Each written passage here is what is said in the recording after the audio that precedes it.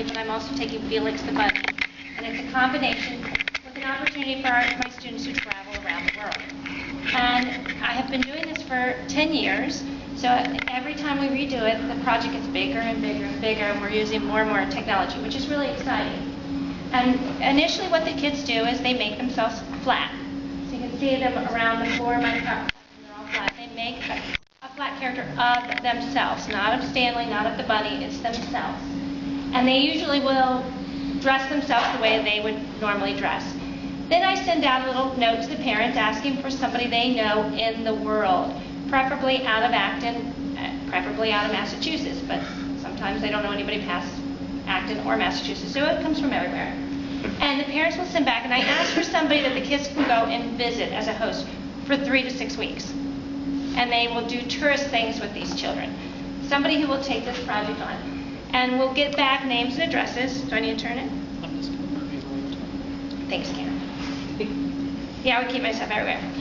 I ask for family names just because families can kind of nudge the person they know to send back the characters and do stuff. So we try to get the people they know, but I always have backup names and backup places for children to go. While they're doing that, the kids will go into the lab. If they find out they're going to Brazil, that child will research Brazil. What part of Brazil are they going to? If they were going to be a traveler to Brazil, what would they need to pack? What do they need to know about the weather? How are they going to get to Brazil? Do they need to fly? Would they need to take a train? Can they get a car? We research all kinds of information about it, and then we begin packing our flat luggage. So they can set out and pack their luggage, and they can put anything in their luggage they would need to travel. So they'll have clothes, and they'll have their flat Wiis, and they'll have iPads, and some of them have cell phones. Whatever they think goes into their flat luggage that they would need when they were in those countries, they'll take. They do, ooh, you're really fast. They do take, they do actually, if they're leaving the country, they do take a flat passport also. So we have flat fingerprints, it's a big project. They will make flat portraits of themselves to send.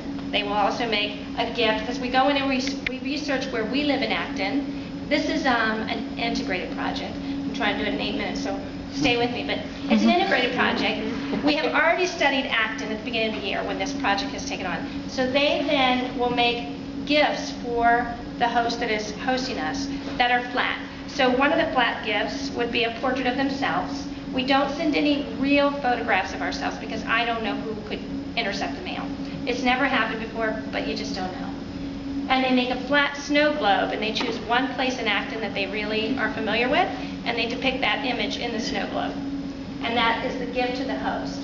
We go on and we do a lot of graphing to tell things that are really important to us in Acton. The kids will survey each other and find out what it's like to live in Acton, and we include graphs. We use graph, is it Graph Club? What is that? It's Creative Graph. Creative Graph. We use the graph. We use Map Maker and the maps to show how dense Acton is, because we don't know, we could be going somewhere else, and there is a lot going on in other parts of the world. So we want to lay out where we live and why things are where they are. So the kids will include a copy of that in their flat envelope.